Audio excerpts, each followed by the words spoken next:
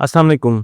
पिछले दिनों मैंने सोचा कि बहुत सी वीडियोस बनाई गई हैं लेकिन अब एक किताब शाये की जाए और तकरीबन 1.5 साल से मैं किताब लिखने के मरहले से गुज़र रहा हूँ। मैंने अभी रिसेंटली अपनी पहली किताब लिखी है और दूसरी पर बहुत तेज़ी से काम जारी है।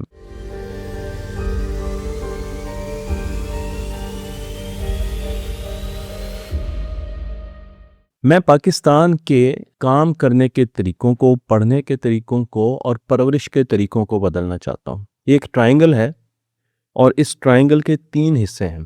एक हिस्सा है हमारा वर्क प्लेस, जहाँ पर लोग जाके काम करते हैं। वहाँ पर हम ऐसी चीज़ें करते हैं जो कि ब्रेन फ्रेंडली नहीं है। ना तो हमारे ऑफ़िसेज़ ब्रेन फ्रेंडली हैं, ना ही जो हमारे वर्क फ्लोज़ हैं वो ब्रेन फ्रेंडली है, ना ही हमारे बिहेवियर लोगों के साथ ब्रेन फ्रेंडली है।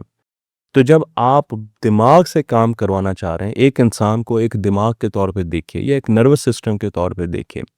जब आप एक नर्वस सिस्टम से काम करवाना चाह रहे हैं, तो वो नर्वस सिस्टम बेहतर एनवायरनमेंट में होना चाहिए। और अगर वो नर्वस सिस्टम सही मोड में नहीं होगा, सही ऑपरेटिंग मोड में नहीं होगा, तो वो बहुत जल्दी बीमार हो जाएगा। वो बहुत ज़्यादा जल्दी कम पोटेंशियल पर आ जाएगा, उसकी प्रोडक्टिविटी कम हो जाएगी, उसकी कैपेसिटी फॉर डिलीवरेंस कम हो जाएगी।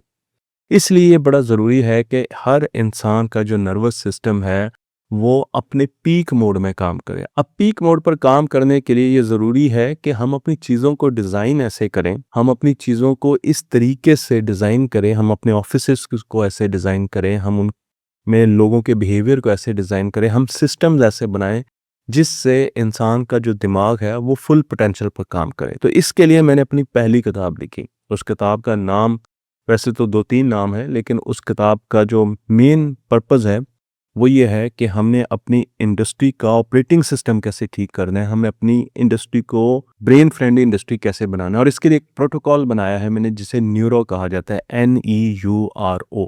इस प्रोटोकॉल के बारे में मैं डिटेल में बात करूँगा क्योंकि इस बड़े प्रोटोकॉल के नीचे एक पूरा स्ट्रक्चर है इंडस्ट्रीज़ में कायम करने के लिए, इंडस्ट्रीज़ में लागू करने के लिए। और अभी रिसेंटली मैं अपने ऑफ़िस में और अपने यूनिट में भी इस सिस्टम को लेकर आ रहा हूँ। तो इस पर मैंने बहुत ज़्यादा रिसर्च की और फिर इस पर एक पूरी किताब लिखी कि हम अपने ऑफ़िसेज़ को, अपने वर्क प्लेसेस को, अपने अस्पतालों को, अपने इंडस्ट्री को कैसे ब्रेन फ्रेंडली बना सकते हैं, जहाँ पर लोग पुरसकून तरीके से ना सिर्फ काम करें, बल्कि लोगों की कैपेबिलिटी जो है वो भी बढ़ाई जा सकती है। तो ये ट्रायंगल का एक हिस्सा था।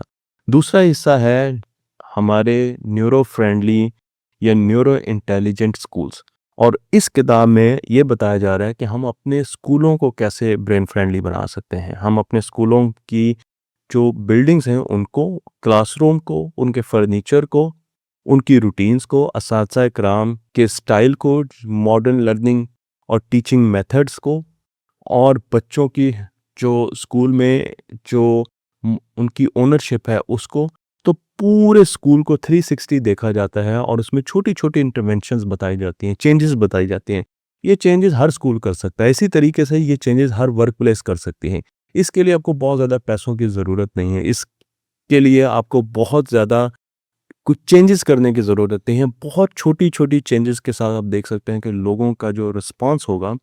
और अभी तक जितनी भी जगह पर मैंने ये चीज़ें इम्प्लीमेंट की हैं पार्शियली, मुझे इतना अच्छा फीडबैक मिला है। अभी कल ही मेरे पास एक गिलगित-बल्तिस्तान से एक साहब का फ़ोन आया हुआ था और वो बता रहे थे कि हम अपने स्कूलों में ये चीज़ कर रहे हैं और उसके इम्पैक्ट जो है वो बहुत ज़्यादा आ रहा है।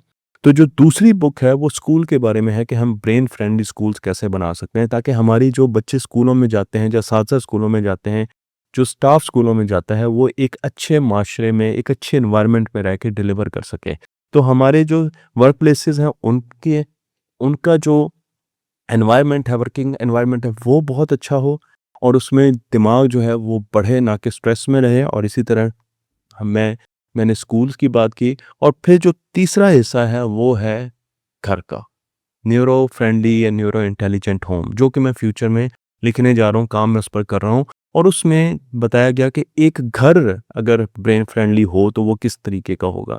एक घर जो ब्रेन फ्रेंडली होगे तो उसमें खिड़कियाँ किस तरीके की होंगी, उसके पर्दे किस तरीके के होंगे, उसकी रोशनी किस तरीके की होंगी, उसमें बच्चों के साथ कैसे उनको हैंडल किया जाएगा, हर एज के बच्चों को किस तरह देखा जाएगा। उसमें बच्चे जो है वो काम कैसे करेंगे, वो आपस में इंटरेक्ट कैसे करेंगे, उस घर में खाने की चीज़ें क्या होंगी, उसमें पहनने की चीज़ें क्या होंगी।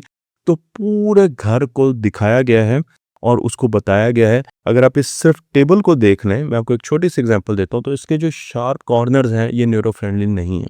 दिमाग की साइंस ये कहती है कि जो चीज़ें राउंड होती हैं वो आपको ज़्यादा सेफ फील कराती हैं। इसलिए अगर आप मॉडर्न बिल्डिंग्स को देखें, जो आर्किटेक्चर्स को देखें, जो अब के आर्किटेक्चर्स आ रहे हैं, वो आहिस्ता-आहिस्ता आप देखें राउंडनेस की तरफ जा रहे हैं। बिल्डिंग्स राउंड हो रही हैं, बहुत ज़्यादा आपको कॉर्नर वाली बिल्डिंग्स नहीं नज़र आएँगी। आपको फर्नीचर, अगर आपने बहुत मॉडर्न फर्नीचर देखा हो तो वो भी राउंड नज़र आ रहा है। तो मैं आपको ये छोटी-सी एग्ज़ाम्पल दे रहा हूँ कि ये एक छोटी-सी चेंज है, जिसके ज़रिए आपका ब्रेन जो है वो समझेगा कि ये एक जो ऑफ़िस है, वो ब्रेन फ्रेंडली ऑफ़िस है। मैंने अपने ऑफ़िस में अपनी फैमिली की तस्वीर रखी है। जब एक एम्प्लॉयी एक बॉस के कमरे में आता है और वो देखता है कि वहाँ पर उसकी फैमिली की तस्वीर है या इवन उसकी अपने बेटे के साथ तस्वीर है, अगर आप अपनी पूरी फैमिली की नहीं रखना चाहते, तो वो वहाँ पर सेफ फ़ील करता है, ये साइंस कहती है। ये ब्रेन की साइंस कहती है। तो ये छोटी-छोटी टिप्स हैं, जो कि हमें इन पूरी तीनों किताबों में बताई जाती हैं। इनमें इनके बारे में बहुत ज़्यादा डिटेल में बताया भी जाएगा, फ़ोकस कैसे करना है, काम कैसे करना है। आपने 8 घंटे काम नहीं करना, इंसान की बायोलॉजी 8 घंटे काम नहीं कर सकती। तो अगर आपने ब्रेन फ्रेंडली ऑफ़िस बनाना है, तो उसमें 8 घंटे फ़ोकस के नहीं होंगे, उसमें फ़ोकस के ब्लॉक्स होंगे। फिर सुबह कौन से काम करने हैं, फिर शाम को कौन से काम करने हैं, मीटिंग्स कब करनी है, कब नहीं करनी, नया काम किसी को देना है तो वो कब देना है, हफ्ते में किस वक़्त आपने नया काम करना है, हफ्ते में किस वक़्त आपने नया काम बिल्कुल नहीं करना। ये वो सारी चीज़ें हैं जो कि इस पूरे फ्रेमवर्क में डिस्कस हो रही हैं। क्योंकि मेरा मकसद ये है कि अब हम एक चैनल से बाहर निकलें और हम अपने माशरे में चेंजेस लाएँ। और उस चेंज को लाने के लिए ज़ाहिर बात है कुछ अरसे से मैंने वीडियोज़ नहीं बनाई और उसके लिए मुझे सफ़र भी करना पड़ा। लेकिन जब आपको कोई बड़ा काम करना होता है तो आपको कुछ छोटी कुर्बानियाँ देनी होती हैं। अब हम इस स्टेज पे आ चुके हैं, मेरी एक किताब मुकम्मल हो चुकी है, मैंने अभी तक उसको पब्लिश नहीं कराया, हो सकता है मैं उसको डिजिटली लॉन्च कर दूँ और मैं हो सकता है कि मैं आप मुझे मशवरा दें मैं क्या करूँ, तो मैं उसको लोगों को वैसे ही देने के लिए तैयार हूँ ताकि उसका फ़ायदा हो हमारी मुल्क को। और उसके साथ-साथ जो स्कूल वाली बुक है वो भी काफ़ी हद तक कंप्लीट हो चुकी है, लेकिन उसके कुछ इमेजेस हैं जो कि मैं डिज़ाइन कर रहा हूँ, उसके कुछ चीज़ें हैं जो मैं डिज़ाइन कर रहा हूँ और वो टीचर्स के लिए मेरे पास एक गिफ्ट होगा। जबकि जो परवरिश वाला हिस्सा है, जो होम वाला न्यूरो इंटेलिजेंट होम की बात कर रहे हैं, क्योंकि न्यूरो एक प्रोटोकॉल है, इस प्रोटोकॉल का आपको पता चलेगा बुक्स पढ़ के, उसमें आगे 36 छोटे-छोटे प्रोटोकॉल्स हैं जो कि आपने इम्प्लीमेंट करने हैं वर्क प्लेस में। फिर इसी तरह कुछ प्रोटोकॉल्स हैं जो कि आपने स्कूल में करने हैं। तो आपका स्कूल ऑटोमेटिकली न्यूरो इंटेलिजेंट बनता जाएगा और वो जो चेंजेस आएँगी उससे एक तो आपके स्कूल का जो मूड है ओवरऑल वो बहुत बेहतर हो जाएगा। हैप्पीनेस इंडेक्स अगर आप मेज़र कर सकें तो आपका हैप्पीनेस इंडेक्स ऊपर चला जाएगा और दूसरा ये आपके जो एनर्जी है, क्योंकि जब हम ब्रेन एनर्जी डेफिशिएंट होता है तो हमारी पूरी बॉडी जो है वो लेथार्जिक फील कर रही होती है। तो इसलिए आपको नज़र आएगा कि आपकी जो ओवरऑल स्कूल की एनर्जी है, वो भी ऊपर जाएगी। तो मैं आपसे आखिर में मशवरा लेना चाहूँगा कि इन बुक्स का मैं क्या करूँ? क्या मेरे साथ कोई कोलैबोरेट करना चाहता है? कोई बड़ा स्कूल मेरे साथ अगर कोलैबोरेट करना चाहता है और हम इन बुक्स पर, क्योंकि इन पर आगे मैं सीरीज़ भी बनाऊँगा, वीडियोज़ भी बनाऊँगा, इन बुक्स को हम किस तरीके से आम स्कूलों की तरफ लेके जाएँ, वो बड़े सिंपल तरीके से मैंने रखी है ऐसी चीज़ें जो बड़ी ईज़िली इम्प्लीमेंट हो सकती है, उनको उन पे खर्चे की ज़रूरत नहीं है। या कोई गवर्नमेंट की एजेंसी मुझसे राब्ता करे और मैं उनको ये बताऊँ कि ये किस तरीके से चेंजेस ला सकते हैं, क्योंकि हम एक इंडस्ट्रियल स्टेट की तरफ जा रहे हैं। पाकिस्तान का जो फ्यूचर है, वो हमें नज़र आ रहा है कि वो इंडस्ट्रियल स्टेट की तरफ जा रहा है और हमारे पास यंग बच्चे हैं जो कि पढ़ना चाहते हैं, तो हमारे जो इंस्टीट्यूशंस हैं, वो भी बहुत ज़्यादा आगे फ्यूचर में इंशाल्लाह इम्प्रूव भी करेंगे और उनको इम्प्रूवमेंट लेके आनी पड़ेगी। और उसके साथ-साथ क्योंकि जॉइंट फैमिली सिस्टम है, तो जॉइंट फैमिली सिस्टम स्ट्रॉन्ग होने की वजह से हमारी जो तरबियत है वो भी बहुत बेहतर हो सकती है। हम बच्चों में बचपन में अच्छी आदत बना सकते हैं।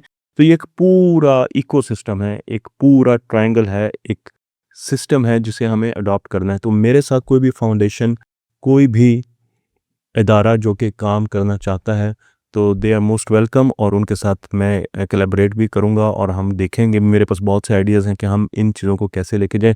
हम अपने मुल्क की इंडस्ट्री को बदलें, हम अपने मुल्क के स्कूलों को बदलें, हम अपने मुल्क के घरों को बदलें और इंशाल्लाह इससे हम अपने मुल्क के हर हिस्से को बदल सकेंगे, चाहे वो अस्पताल हों, कारखाने हों, डिस्पेंसरियाँ हों शॉप्स पर भी इम्प्लीमेंट होगी, घर हों या स्कूल हों। तो आपकी इनपुट्स का इंतज़ार रहेगा, और अगर आप किसी ऐसे बंदे को जानते हैं तो उसे टैग करें ताकि इस चीज़ को हम आगे लेके जा सकें। मेरे पास एक पूरा खाका है, मेरे पास एक पूरा वर्क डिज़ाइन किया हुआ है, लेकिन मुझे ये नहीं पता कि हमने इसको इम्प्लीमेंट कैसे करना है और किस तरीके से गवर्नमेंट के पास लेके जाना है। उसके लिए आपकी ज़रूरत है, लोगों को टैग कीजिए और उनको बताइए। तख्ते ऑनलाइन को लाइक कीजिए, शेयर कीजिए और इनको दूसरों तक पहुंचाते रहिए। और मेरा ईमेल एड्रेस भी नीचे लिखा हुआ है।